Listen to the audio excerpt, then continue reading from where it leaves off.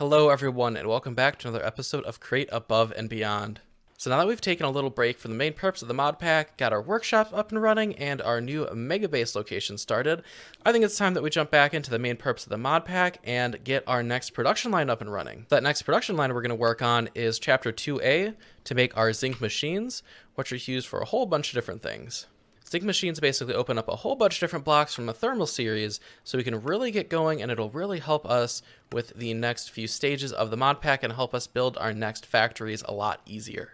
Now there's a few different items that go into making zinc machines, but we're going to focus on the lava.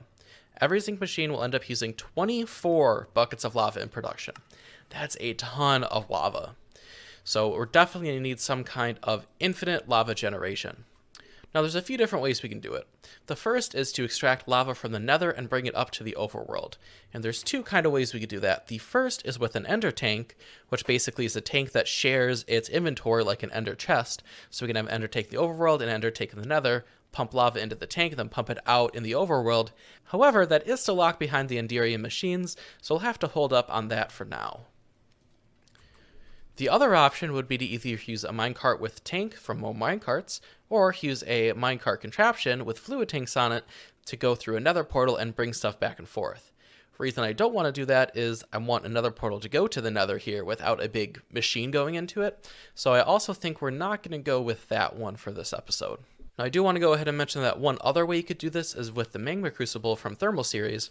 You can actually turn magma blocks, cobblestone, stone, obsidian, and netherrack into lava using different amounts of power, but the ones we can automate, which would probably be cobblestone and stone, take a crazy amount of power, and we do not have the infrastructure to do this quite yet. What we are going to do is use the arboreal extractor, because if you use the arboreal extractor on hellbark trees, you can actually extract lava.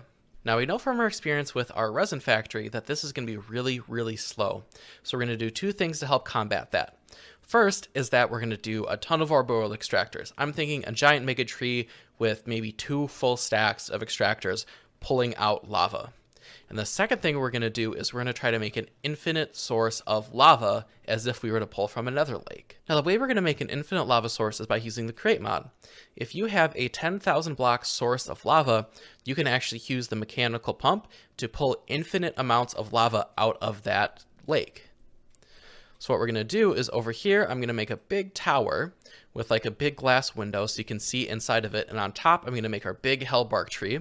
And then below that is where we're going to have our giant lava reservoir so we can just kind of watch it slowly fill up over time as long as we're producing more than we're using. And then eventually we will have that full infinite source. So we're going to jump right into a time lapse to get our reservoir built and our space prepped for our giant hellbark tree.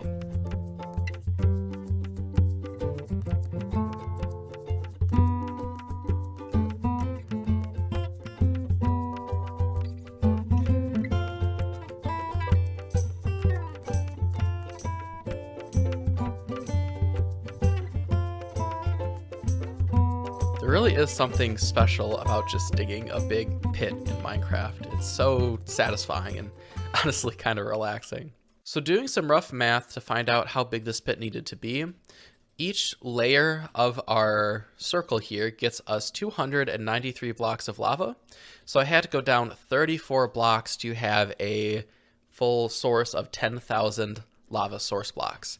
I ended up going a bit past that. I think I went 38 blocks down. So we have a little bit of wiggle room if we want to have some space at the top, or we just want to have extras in case we accidentally pump some out or something. But this eventually will be filled with lava and should give us a full infinite source of lava. So the next step is to actually build our hellbark tree up here in the big dome and then put our casing around the lava pit so that way we can start filling it up. And to build our hellbark tree, we're going to do things a little bit differently to how we did our resin farm. So with our resin farm, we purely used trees that we grew via saplings and just pulled directly off of there. I did see a lot of comments saying that if you place leaves down using a schematic cannon, that it would function and work. However, it does not seem to work. I don't know if that's just because it's the hellbark leaves, but the arboreal extractor does not work with the schematic cannon placed leaves. However, I think we can still definitely make a custom tree. So what I think we're going to do is what I went ahead and did is I placed one of these hellbark trees up in the air and I grew it. And what I'm going to can do is take our hellbark log down, and then that works. Now what we can't do is place any arboreal extractors above that, but what we can do is take another line of logs down and take another arboreal extractor next to that, and then we basically have 2 trees. And we could basically just do that again, make a 3rd tree, and again, and make a 4th tree, and so on and so on. And so basically, as long as our base has like a straight line up to some naturally grown leaves, we will have a functioning tree and we'll be able to pull lava out of it. Alright guys, so I've got everything I need to actually build our hellbark tree, and then I've got a stack of 64 extractors. Looking at the space, we may not be able to use all of them, but we're sure going to try. And basically our process here is going to be build up our logs wherever we want, put a piece of netherrack above it, and then our hellbark sapling. And then I will grab some phyto grow from my bag, grow the sapling, get rid of the netherrack, place the tree, and then place our extractor. And that's basically how we're going to get our lava. And then basically just rinse and repeat until we have a pretty nice looking tree that also has arboreal extractors connected up to basically as many of the points that hit the floor as possible. So we'll jump into a quick time-lapse segment and get this little tree put together.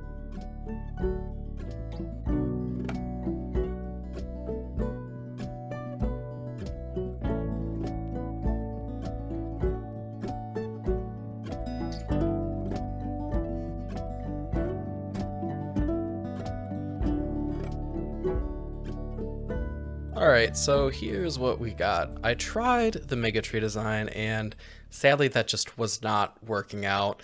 The big issue I ran into was we need to be on the edges of the trees, and the trees didn't have leaves directly above them.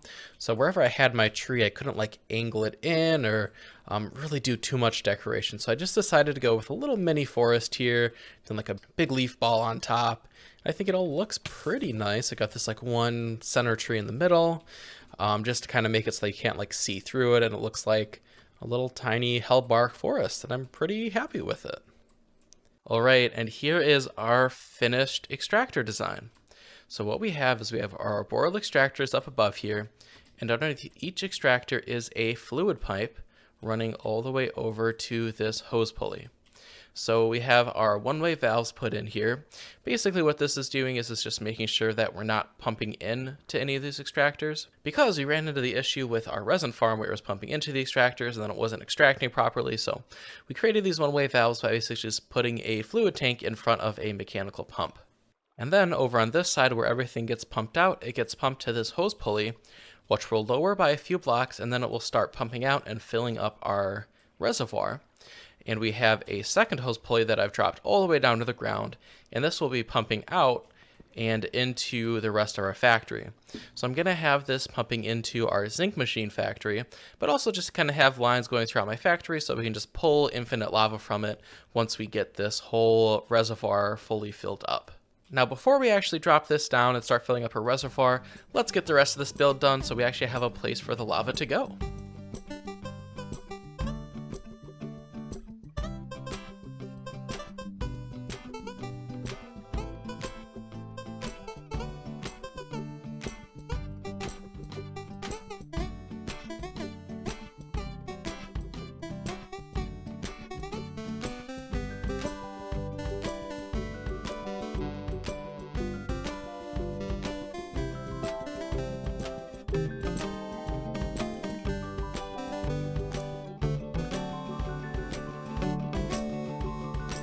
And here it is, the completed lava farm and lava reservoir, so we can get a infinite source of lava. So for the design, I wanted to keep the theme of the other buildings kind of moving through it, so I've got like all the laboratory and Tyrian blocks to kind of keep that all the same.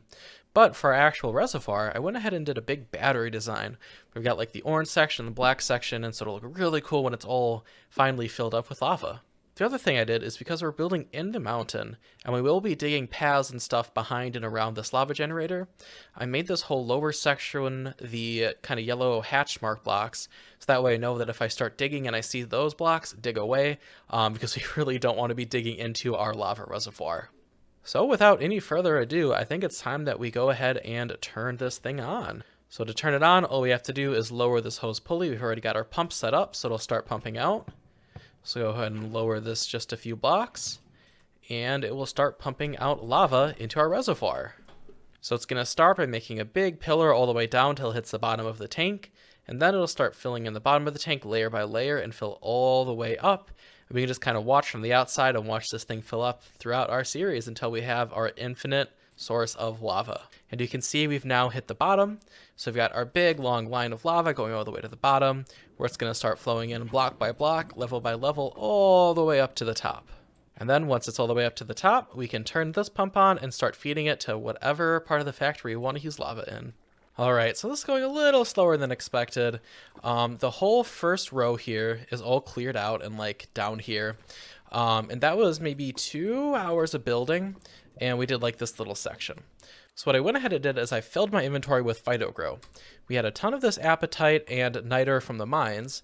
So what we can go ahead and do is just pump them into our boreal extractors here, and we've already got this one going. And basically what it does is instead of 25 millibuckets per extraction, it ups it to 50.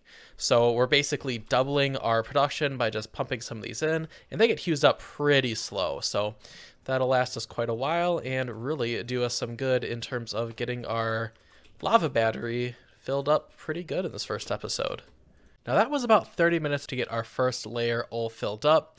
So to say this is going to take a long time is a bit of an understatement.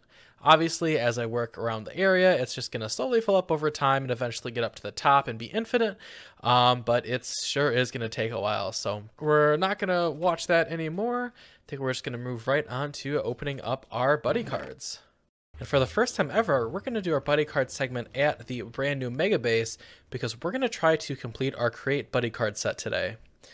And the reason we're at our new base is we have to do some crafting to actually make our create set buddy cards.